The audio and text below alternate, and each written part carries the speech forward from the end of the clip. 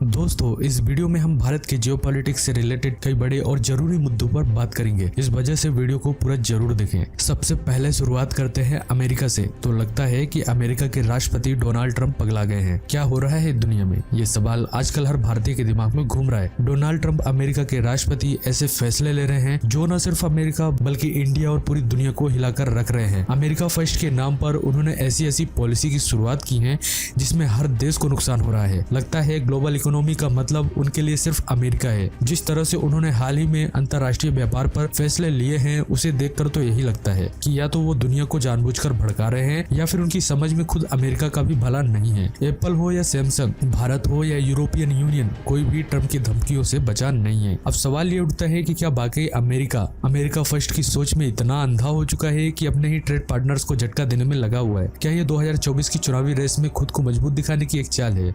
और इसका सबसे बड़ा सवाल है, भारत का क्या? आइए समझते हैं। तो ट्रंप ने हाल ही में ऐलान किया है कि अमेरिका में जितने भी स्मार्टफोन बिकते हैं और जो अमेरिका के बाहर बनते हैं उन पर 25% का टैरिफ लगाया जाएगा। अब आप सोचो, एप्पल जैसे ब्रांड जो अपने आईफोन्स भारत या चीन में मैन्युफैक्चरिंग कर रहे हैं, उन पर सीधा असर पड़ेगा। क्योंकि हाल ही में कुछ दिन पहले कतर के दोहा में ट्रंप ने एक मीटिंग के दौरान एप्पल के सीईओ टीम को कहा था कि मैंने सुना है कि तुम भारत में अपनी मैन्युफैक्चरिंग यूनिट खोल रहे हो, और साथ में यह भी कहा कि क्या अमेरिका में बिल्डिंग्स की कमी है, तुम भारत में मैन्युफैक्चरिंग प्लांट नहीं खोल सकते, तुम्हें अमेरिका में ही एस्टेब्लिश करना होगा। इन सब के बाद भी टीम ने ट्रंप की इन सभी सजेशंस को इग्नोर कर दिया। मगर ट्रंप यही नहीं रुके, उन्होंने साफ कहा कि अगर सिर्फ एप्पल पर टैरिफ लगाऊं तो सैमसंग के लिए फेयर नहीं होगा। मतलब अब ये टैरिफ सभी कंपनियों पर लगेगा, चाहे वो साउथ कोरिया की सैमसंग हो या चीन की Xiaomi या फिर भारत में असेंबल हो रहे आईफोन्स। आपको बता दें कि ट्रंप की दलील ये है कि अमेरिका की नौकरियां बाहर जा रही हैं। वो चाहते हैं कि कंपनियां वापस अमेरिका में मैन्युफैक्चरिंग करें ताकि वहां रोजगार बढ़े। लेकिन बात सिर्फ नौकरियों की नहीं है, यह पूरी तरह एक चुनावी स्टंट जैसे दिखता है।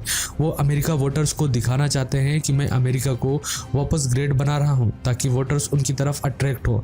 लेकिन ग्राउंड रियलिटी यह है कि अमेरिका में मैन्युफैक्चरिंग का खर्च कई गुना ज्यादा है, यानी कि दुनिया में सभी देशों से सबसे ज्यादा। साथ ही कंपनियों को इन सब के साथ मैसिव लॉसेस झेलने पड़ सकते हैं और इसका सीधा असर अमेरिकी कस्टमर्स पर पड़ेगा। मोबाइल फोन महंगे हो जाएंगे। इसमें ट्रंप का क्या है? ट्रंप तो 2-3 साल अपनी पॉलिटिक्स करके चले जाएंगे, लेकिन खामियाजा तो पूरी दुनिया की कंपनियां और इकोनॉमी को झेलना पड़ेगा। एप्पल के लिए सबसे आसान रास्ता ये होगा कि वो टैरिफ पे कर दे और आईफोन्स के प्राइस को बढ़ा दे, जिससे कि अमेरिका में डिमांड बनी रहेगी। विशेषज्ञों का मानना है एप्पल के लिए टैरिफ देना अमेरिका में फैक्ट्री लगाने से सस्ता पड़ेगा। आपको बता दें कि इस ट्रेड वॉर में अमेरिका ने यूरोपियन यूनियन को भी नहीं छोड़ा है। ट्रंप ने यूरोपियन यूनियन पर भी 50% तक का टैरिफ लगाने का ऐलान किया है। उन्होंने ये टैरिफ ईयू से आने वाले कंज्यूमर गुड्स, इलेक्ट्रॉनिक्स, वाइन्स और यहाँ तक कि लग्जरी कार्स पर भी लगाया है। और ईयू भी चुप नहीं बैठा है, उन्होंने तुरंत काउंटर टैरिफ का ऐलान कर दिया। अब इन सबसे जो असर पड़ेगा तो बात करें तो दोनों पक्षों के बीच बढ़ते टैरिफ से व्यापार धीमा पड़ेगा, एक्सपोर्ट इंपोर्ट महंगे होंगे और ग्लोबल प्राइसेस में उठापटक आएगी। ग्लोबल इकोनॉमी में रिसेशन जैसे हालात बन सकते हैं। डोनाल्ड ट्रंप का कहना है कि यूरोपियन यूनियन अमेरिका को दशकों से लूट रहा है, जबकि यूरोपीय देशों का कहना है कि ट्रंप व्यापार को हथियार की तरह इस्तेमाल कर रहे हैं।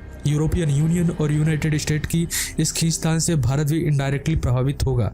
भारतीय एक्सपोर्टर्स को नए मार्केट सर्च करने पड़ सकते हैं। डॉलर और यूरो इंस्टेबिलिटी से एक्सचेंज रेट में उतार चढ़ाव आएगा। अमेरिका के प्रेशर में यूरोपियन यूनियन और इंडिया के ट्रेड डील्स पर भी असर पड़ सकता है। भारत ने जब अमेरिका के स्टील और एल्यूमिनियम पर टैरिफ लगाने के जवाब में 29 अमेरिकन प्रोडक्ट्स पर काउंटर टैरिफ लगाया तो ट्रंप भड़क गए। अमेरिका ने वर्ल्ड ट्रेड ऑर्गेनाइजेशन को कहा कि भारत का ये टैरिफ गैर कानूनी है और उन्होंने इस पर कोई चर्चा से इनकार कर दिया है। मतलब एक तरफ अमेरिका खुद दुनिया पर टैरिफ थोपता है, लेकिन जब कोई देश जवाब देता है तो वो बोलते हैं ये अनफेयर है। ये तो रही ट्रंप की दोगलापंती। आपको बता दें कि महत्वाकांक्षी ट्रंप की सोच साफ है, अमेरिका फर्स्ट। वो चाहते हैं कि सारे देश अमेरिका को एक्सेस दे, लेकिन खुद अमेरिका किसी को मौका न दे। ये यूनिलेटरल सोच ग्लोबल डिप्लोमेसी के बिल्कुल खिलाफ है। ट्रंप की इन हरकतों के बाद की प्रॉब्लम की बात करूं तो अब हर आदमी के मन में सवाल उठ रहा है कि क्या हम मंदी की ओर बढ़ रहे हैं। ये सवाल हर इन्वेस्टर और आम आदमी के मन में है। ट्रंप को लगता है कि इससे अमेरिकन इकोनॉमी मजबूत होगी, लेकिन असल में इससे ग्लोबल इकोनॉमी में अनसर्टिनिटी बढ़ रही है। महंगाई और बेरोजगारी, ये सब कुछ आम आदमी के लिए सिर्फ नंबर्स और स्टैटिस्टिक्स नहीं है, इसका सीधा असर उनकी जिंदगी पर पड़ रहा है, महंगाई बढ़ रही है, जॉब्स कम हो रहे हैं और फ्यूचर अनसर्टेन लग रहा है। अब हम क्या करें, ये सवाल हर मिडिल क्लास भारतीय के मन में है। ट्रम्प को लगता है कि इससे अमेरिकन वर्कर्स को फायदा होगा, लेकिन असल में इससे ग्लोबल वर्कर्स को नुकसान हो रहा है। डोनाल्ड ट्रम्प की नीतियां एक मुश्किल दौर की शुरुआत कर रही हैं। ग्लोबल ट्रेड में इंस्टेबिलिटी, महंगाई और बेरोजगारी, ये सब कुछ आम आदमी के लिए एक बड़ा चैलेंज है। अब दुनिया को एक ऐसी ग्लोबल लीडरशिप की जरूरत है जो सभी देशों के हित का ध्यान रखे, ना सिर्फ एक देश के। हमें मिलकर इस मुश्किल दौर का सामना करना होगा। ये एक मजबूत संदेश है। हमें ग्लोबल कोऑपरेशन और डायलॉग की जरूरत है ताकि हम एक स्टेबल और प्रोस्पेरस फ्यूचर बना सकें। अब बढ़ते हैं अगले बड़े खबर की ओर। तो आपको बता दें कि 21 मई 2025 को इंडिगो की फ्लाइट 6E2142 दिल्ली से श्रीनगर जा रही थी। सब कुछ नॉर्मल चल रहा था, लेकिन जैसे ही प्लेन पठानकोट के पास पहुंचा, मौसम अचानक से बहुत खराब हो गया। तेज तूफान, ओले गिरना और जबरदस्त टर्बुलेंस शुरू हो गया। प्लेन में बैठे लोग डर गए, प्लेन हिलने लगा, कई लोग घबरा गए, कुछ को लगा कि अब कुछ बुरा हो जाएगा। लेकिन इंडिगो के पायलट्स ने बहादुरी दिखाई और कोशिश की किसी तरह प्लेन को सुरक्षित निकाला जाए। आपको बता दें, इसी बीच पायलट्स ने पाकिस्तान के लाहौर ATC यानी कि एयर ट्रैफिक कंट्रोल से भी मदद मांगी थी, थोड़ी देर के लिए हमें पाकिस्तानी एयर स्पेस में जाने दिया जाए, लेकिन वहां से सीधा जवाब आया नहीं। खैर, पाकिस्तान से और क्या ही उम्मीद की जा सकती थी, क्योंकि जो देश अपने ही लोगों के लिए कुछ नहीं करता, वो हमारे लोगों के लिए जान बचाने के लिए कुछ क्यों ही करेगा। पाकिस्तान से इंसानियत की उम्मीद करना वैसा ही है जैसे बंजर जमीन से हरियाली की उम्मीद करना। इतनी परेशानी के बाद भी इंडिगो के पायलट ने अपनी सूझबूझ और हिम्मत से प्लेन को खराब मौसम में संभाला और आखिर में श्रीनगर में सेफ लैंडिंग कराई। किसी भी यात्री को चोट नहीं लगी, सब लोग सलामत थे। हालांकि प्लेन के आगे वाले हिस्से को नुकसान हुआ है, लेकिन जान बचना सबसे बड़ी बात थी। अब बढ़ते हैं अगली बड़ी खबर की ओर। तो आपको बता दें कि हाल ही में भारत ने वैश्विक स्तर पर पाकिस्तान को अलग थलग करने के लिए कई कदम उठाए हैं।